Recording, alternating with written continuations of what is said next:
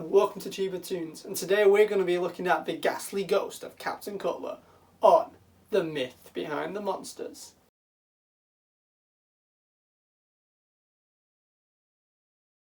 The ghost of Captain Cutler first appeared in the episode A Clue for Scooby-Doo.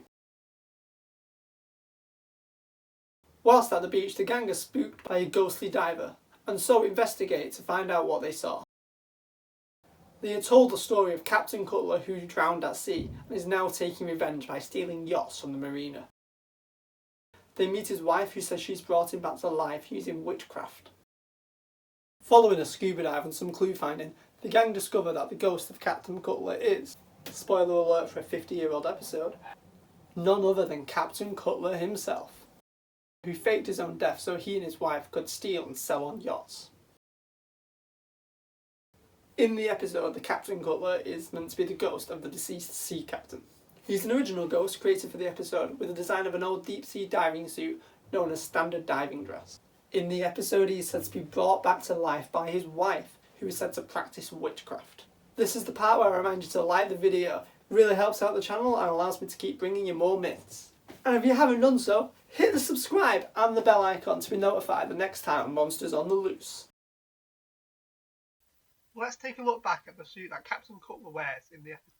Standard diving dress was first designed in 1823 by the Dean brothers, whose main focus was on the helmet, making sure the diver could both breathe and see safely, and updated throughout the 1930s with help by Sea, who helped to combine the helmet with the bodysuit to complete the aquatic gear.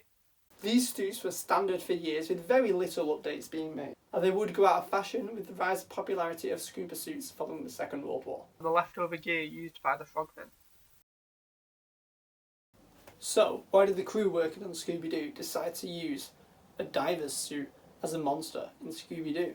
Well, the diver was popular in lots of fiction, both in film and TV.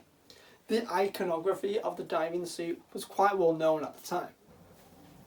Well, it's not hard to see that the suits themselves are just simply creepy looking and have been used by Hollywood over the years in antagonistic roles in films. The Sea God, 1930. 16 fathoms deep, both the original 1934 film and its 1948 remake. The Sea Hornet, 1951. The Ghost Diver, 1957. The suits can be seen in Jules Verne's 20,000 Leagues Under the Sea and many of the adaptations, most popularly the 1954 Disney version of the film. And of course, who can forget the Diver Dan, the long-running TV show from 1960 to 1970, right when Scooby-Doo was being produced. This children's show featured a live-action diver interacting with puppet fish and was a favourite of many children growing up in the 60s. Being a part of the original season of Scooby-Doo Where Are You, as well as being featured in the show's opening theme, arguably the franchise's most iconic theme, the ghost of Captain Cutler has become one of the franchise's most iconic villains, popping up almost whenever a classic monster is called upon, appearing in the video games Night of 100 Frights and the Game Boy Advance version of Scooby-Doo Unmasked, showing up in comics such as the ghostly sea diver, Who's Who in Scooby-Doo, and we see the episode from Cutler's point of view in Those Meddling Kids.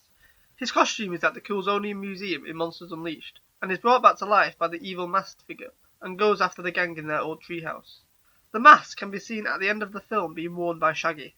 He also makes a cameo in Mystery Begins in a montage of the gang's early cases. The costume is once again seen as an exhibit, this time in the Crystal Cove Spook Museum in Mystery Incorporated. During the second episode of Be Cool Scooby-Doo, the character receives a slight reboot, as the gang unmask Dr. Cutler, who had been stealing gold from a lake. Originally meant to be a recurring villain seen throughout the series, he returns to recruit the gang in The Curse of Half-Baked Ghost. And most recently, he appears in the recreation of the classic opening sequence in this year's Scoop. Not to mention his countless appearances in marketing material and figures, including a limited edition glow-in-the-dark Funko Pop. Thanks for watching this week's The Myth Behind the Monsters. Tune in next week when we take a look at the history of sheeted ghosts. What did you think about Captain Cutler? Do you think the diving suits look creepy? Let us know down below. Thanks for watching. Thanks for watching Tube of Tunes. If you want more from the channel, hit subscribe. If you want to keep up to date with what's going on, follow us on our socials. Hope you liked it. Cheers.